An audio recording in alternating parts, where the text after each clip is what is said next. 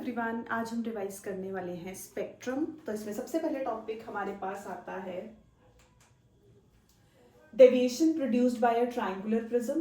तो ये हमने सबसे पहले रिफ्रैक्शन चैप्टर में भी किया है कि अगर हमारे पास कोई इंसिडेंट रे फर्स्ट सरफेस पे आके स्ट्राइक करेगी तो बेंड करेगी टुवर्ड्स द नॉर्मल, फिर डेंसर से रेयर जाएगी, बेंड करेगी अवे फ्रॉम द नॉर्मल। तो यहाँ पे हमारे पास ये थी डेल्टा 1 डेविएशन, डेल्टा 2, तो इसको हमने ले लिया वर्टिकली ऑपोजिट एंगल्स, तो डेल्टा 2 मान लिया।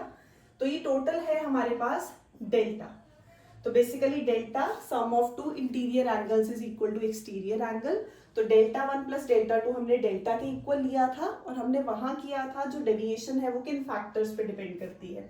तो it is directly proportional to angle of incidence, directly proportional to angle of prism, और इनवर्सली था डायरेक्टली था हमारे पास रिफ्रैक्टिव इंडेक्स के लिए। तो हमने किया था स्पीड, जो लाइट रेज आती हैं उनकी वेवलेंथ डायरेक्टली, लेकिन ये इनवर्सली, डेविएशन इनवर्सली। तो ये हमारे पास आ गया था जनरल। तो नेक्स्ट इसी के बेसिस पे आता है कलर्स ऑफ व्हाइट लाइट। तो व्हाइट लाइट के जो 7 कलर्स हैं, VIBGYOR, violet, indigo, blue, green, yellow, orange, red. Different colours की डिफरेंट वेवलेंथ्स होती हैं। वेवलेंथ क्या है? कैरेक्टरिस्टिक है कलर का। हमने अभी देखा रेड की वेवलेंथ, क्योंकि स्पीड किसकी ज्यादा होती है? रेड की ज्यादा है as compare to violet. Wavelength red की ज्यादा है एज कंपेयर टू वायलेट, लेकिन फ्रीक्वेंसी क्या है? इनवर्सली प्रोपोर्शनल है। तो हमारे पास फ्रीक्वेंसी किसकी आ जाएगी? वायलेट की ज्यादा, रेड की कम। तो कलर क्या है? सब्जेक्टिव प्रॉपर्टी है of its light related to its wavelength. Next इसी के बेसिस पे हमारे पास है डिस्पर्जन ऑफ व्हाइट लाइट। तो हमारे पास न्यूटन ने एक्सपेरिमेंट किया था डिस्क के साथ। हमने व्हाइट लाइट इस पे फॉल करवाई प्रिज्म से। तो प्रिज्म पे जब व्हाइट लाइट फॉल करवाते हैं तो वो स्प्लिट करती है 7 कलर्स में। तो हमारे पास क्या मिलता है? स्पेक्ट्रम मिलता है। तो ये हमारे पास शो कर रहा है 7 कलर्स का जो बैंड है, violet, indigo, blue, green, yellow, orange, red. But यहाँ पे कोई भी शार्प बाउंड्री नहीं होती, कोई लाइन नहीं है जो कि सेपरेट करती है कलर्स को। कहाँ ऑब्टेन किए हैं हमने? यहाँ पे स्क्रीन पे ऑब्टेन किए हैं। तो ये प्रोसेस क्या है? डिस्पर्जन है। तो न्यूटन ने जब डिस्क के साथ ये परफॉर्म किया था तो क्या कंक्लूड किया कि जो 7 कलर्स हैं उनको मिला के क्या बन जाता है हमारे पास वापस से? व्हाइट। तो व्हाइट कलर में कितने आ जाते हैं? 7 colour, 7 wavelengths. Next the phenomenon of splitting of white light by a prism into its constituent colours. क्या होता है? डिस्पर्जन है। व्हाइट लाइट को पास करेंगे प्रिज्म से, हमें क्या मिल जाएगा? 7 कलर्स मिल जाएंगे। कॉज क्या है डिस्पर्जन का? वही डिफरेंट स्पीड्स। सब जो 7 कलर्स हैं उनकी स्पीड क्या होती है? डिफरेंट होती है। वेवलेंथ क्या होती है? डिफरेंट होती है। इसीलिए हमें क्या है, वो डिफरेंट कलर्स जो है वो डिफरेंट एंगल्स पे डेविएट करते हैं। जब वो डिफरेंट एंगल्स पे डेविएशन करेंगे तो अलग अलग हमारे पास आ गए। वायलेट सबसे ज्यादा डेविएट करता है, रिफ्रैक्टिव इंडेक्स ज्यादा, तो डेविएशन ज्यादा, स्पीड कम, वेवलेंथ कम। तो यहाँ पे रेड जो है वो सबसे कम डेविएट करेगा। नेक्स्ट इलेक्ट्रोमैग्नेटिक स्पेक्ट्रम इसमें इंपॉर्टेंट है। कैसे लर्न करेंगे? G, X, U, V, I, M, R, gamma rays, X rays, ultraviolet, visible, infrared, microwave, radio waves. तो इनकी हमें रेंज पता होनी चाहिए, रेंज के साथ सोर्स और साथ में इनके मेथड ऑफ डिटेक्शंस। हम इनकी प्रॉपर्टीज लर्न करते हैं। इनकी प्रॉपर्टीज पे बहुत सारे क्वेश्चंस बन जाते हैं हमारे पास। तो अल्ट्रावायलेट, विजिबल, इंफ्रारेड, इनकी क्या क्या डिफरेंट प्रॉपर्टीज हैं, इसके बेसिस पे वेवलेंथ और फ्रीक्वेंसी की बेसिस पे हम डिफाइन करते हैं। Next important topic scattering of light. तो स्कैटरिंग क्या है? जब प्रोसेस है एब्जॉर्प्शन एंड देन री emission of light energy by the dust molecules and air molecules present in the atmosphere. तो बेसिकली क्या है, अगर कोई लाइट फॉल कर रही है किसी सरफेस पे, उसने क्या किया? पहले उस एनर्जी को मॉलिक्यूल्स ने एब्जॉर्ब किया, फिर उसको दोबारा से एमिट किया। तो वो जो री एमिशन की प्रोसेस है उसको हम क्या बोलते हैं? स्कैटरिंग बोलते हैं। पहले क्या होगा? एब्जॉर्प्शन होगी, फिर री एमिशन होगा।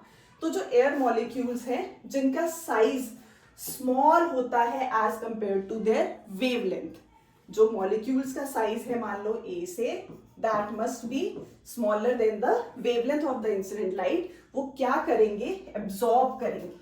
वो मॉलिक्यूल्स कैसे एक्ट करेंगे, स्कैटरर्स की तरह एक्ट करेंगे। एब्जॉर्ब करते हैं एनर्जी इंसिडेंट लाइट की, फिर उसको क्या करेंगे, री एमिट करेंगे without any change in its wavelength. तो ये जो स्कैटरिंग है ये सेम नहीं होती for all wavelengths of incident light, मतलब हर वेवलेंथ्स के लिए ये सेम नहीं है।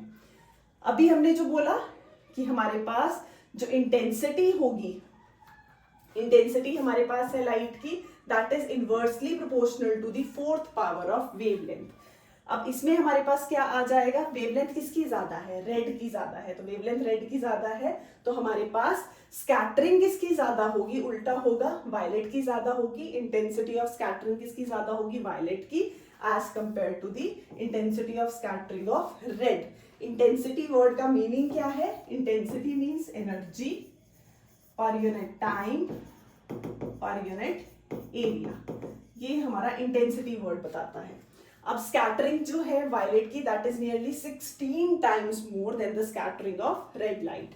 तो जब light from the sun reaches on the earth's surface has less intensity of violet and more of red। ऐसा क्यों है, क्योंकि स्कैटरिंग किसकी ज्यादा है, वायलेट सबसे ज्यादा स्कैटर कर जाता है इसी प्रॉपर्टी की वजह से। तो ये इंपॉर्टेंट है, इंटेंसिटी ऑफ स्कैटरिंग क्या है, inversely proportional to fourth power of its wavelength.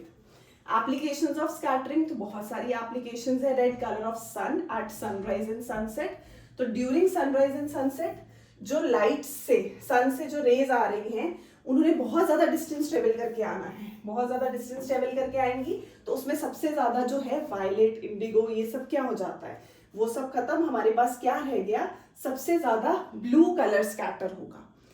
तो लॉन्ग डिस्टेंस ट्रेवल करके आएंगे, ब्लू की स्कैटरिंग सबसे ज्यादा होगी, और ये स्कैटर हो जाता है, इसीलिए हमारे पास सिर्फ क्या, कौन सी लाइट रीच करती है, रेड लाइट। ऑरेंज रेड सा लास्ट में कलर रह जाएगा, बाकी सब कलर्स जो हैं वो क्या हो जाएंगे, स्कैटर हो जाएंगे। क्यों, क्योंकि वेवलेंथ रेड की ज्यादा है as compare to the wavelength of blue.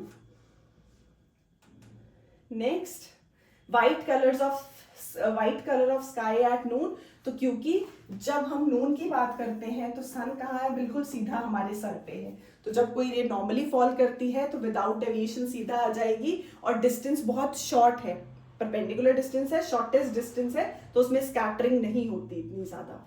Next, blue colour of the sky, तो वो भी पीछे आ गया क्योंकि वेवलेंथ रेड की ज्यादा है, ब्लू की कम है, तो हमारे पास ब्लू कलर सबसे ज्यादा स्कैटर करेगा, तो हमें कलर ऑफ द स्काई जो है वो ब्लू नजर आएगा, और जो रेड का कलर है वो हमारे तक पहुंचता है।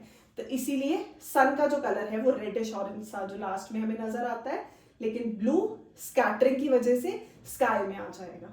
तो when white light travels through the atmosphere, it gets scattered in different directions by air molecules। air molecules क्या act कर रहे हैं, scatterers। तो size of scatterer हमने पीछे क्या पढ़ा, that must be smaller than the size of the wavelength। Next आ गया black colour of sky in the absence of atmosphere. तो एटमॉस्फेयर नहीं होगा तो स्कैटरिंग नहीं होगी, तो no light would reach our eyes. तो ये सबसे इंपॉर्टेंट है, नो एटमॉस्फेयर नो स्कैटरिंग, तो लाइट ही नहीं है। तो if there is no atmosphere on moon, then the sky in direction other than that of sun will appear black from the moon surface. Same reason.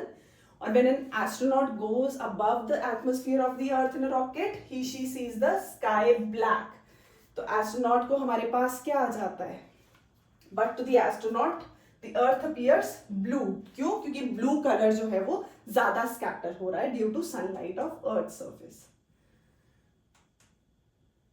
Next, white colour of clouds. तो इसमें भी हमारे पास क्या है, उनका और हमारा डिस्टेंस जो है वो कम है, और हमारे पास जो क्लाउड्स हैं that they are near to the earth surface and they contain dust particles and aggregates of water molecules. तो उनका जो साइज है, अभी हमने बोला condition, size of scatterers must be smaller than the size of the wavelength, but यहाँ क्या हो गया, बड़ा हो गया।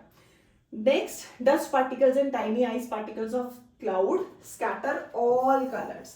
पहला रीजन साइज बड़ा, दूसरा वो सारे के सारे कलर्स जो है वो स्कैटर कर देते हैं। कैसे स्कैटर करेंगे, टू सेम एक्सटेंट। तो ये इंपॉर्टेंट आ गया इसमें, सारे कलर्स को स्कैटर कर रहे हैं और सेम एक्सटेंट तक स्कैटर कर रहे हैं।